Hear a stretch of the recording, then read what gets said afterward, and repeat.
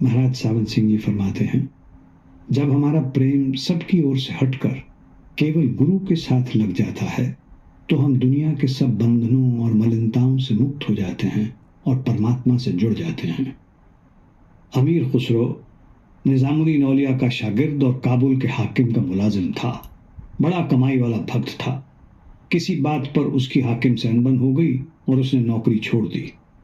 ان دنوں پکی سڑکیں نہیں ہوتی تھیں۔ اس نے اپنا سامان اونٹوں پر لدوایا اور مرشد کے درشنوں کے لیے دلی کی اور چل پڑا۔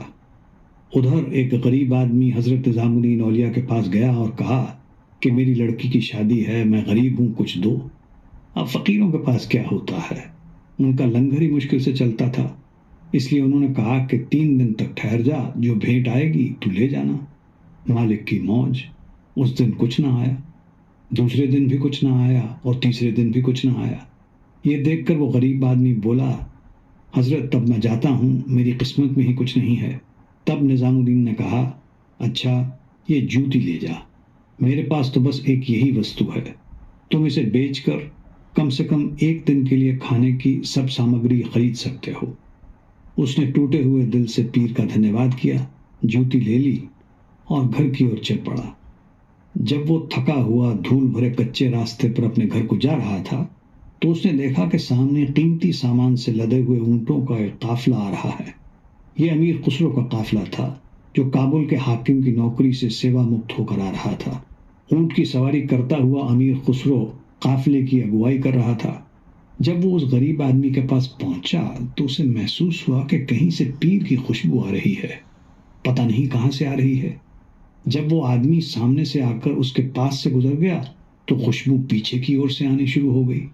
وہ حیران ہو گیا، سمجھ گیا کہ اس آدمی کے پاس کوئی بھید ہے۔ اونٹ سے نیچے اتر کر اسے بلا کر پوچھا، تو کہاں سے آیا ہے؟ اس نے جواب دیا کہ دلی گیا تھا نظام الدین اولیاء کے پاس، غریب ہوں، لڑکی کی شادی ہے، میں نے کہا کچھ دو، لیکن فقیر بھوکے ننگے ہوتے ہیں، جب خدا کچھ نہ دے تو فقیر بھی کچھ نہیں دیتے۔ امیر خسرو پریمی ششیہ تھا، اس بات سے اس کے دل کو ٹھیس لگی اور پوچھا، کچھ دیا بھی؟ مسافر نے کہا، ہاں یہ پرانی جوتی دی ہے۔ امیر خسرو نے کہا کہ کیا اسے بیچنا چاہتے ہو؟ میں تجھے اس کی منہ مانگی قیمت دے سکتا ہوں۔ اس نے جواب دیا، ہاں لے لو، میں نے تو اسے اگلے گاؤں میں کسی کو بیچ کر کچھ کھانے کے لیے لینا تھا، کیونکہ مجھے بھوک لگی ہوئی ہے۔ امیر خسرو نے ایک اونٹ اپنا اور ایک اپنی استری تتھا بچوں کا رکھ لیا، باقی سارے اونٹ مال اسباب سمیت اس کو دے دیے اور کہا، جا لڑکی کی شادی کر لینا۔ مسافر خسرو کا بار بار شکریہ ادا کرتا ہوا مال سے لدے اونٹ لے کر چلا گیا۔ ادھر جب امیر خسرو اپنے پیر کے دربار میں پہنچا تو جوتی جھاڑ کر آگے رکھ دی۔ پیر نے پوچھا، اس کا مول کیا دیا ہے؟ خسرو نے عرض کی، حضرت میں جو کچھ بھی دے سکتا تھا سب دے دیا ہے۔ نظام الدین نے کہا، پھر بھی سستی ہے۔ اس کے بعد امیر خسرو کے عشق کو دیکھ کر نظام الدین نے یہاں تک کہہ دیا تھا کہ خسرو کو میری قبر پر نہ آنے دینا، کہیں ایسا نہ ہو کہ اسے ملنے کے لیے میری قبر پھٹ جائے۔ یہ اوستھا پریمیوں کی ہے۔